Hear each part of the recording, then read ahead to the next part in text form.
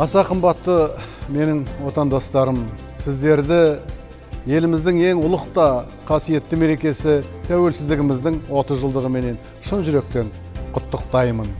Аз уақыттың ішінде Сарыарқаның төрінен қала тұрғызып, төрткүл дүниеге елімізді баян етті, аян етті.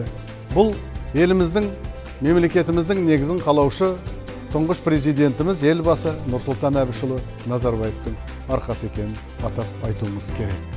Шекара шегенделді, тарих түгенделді, рухымыз күшейіп жатқан жағдайымыз бар. Ал енді Сарыарқаның төрінде астанамыз Нұрсұлтан қаласы бой тебетін болса, сол астанамыздың дәл ортасына Евразия ұлттық университеті орын алған. Аз уақыттың ішінде Гумилев атындағы Евразия ұлттық университеті де өзінің әріптестерінің алдында әлемдік дәрежеде үлкен орнын алып өсіп келе жатыр.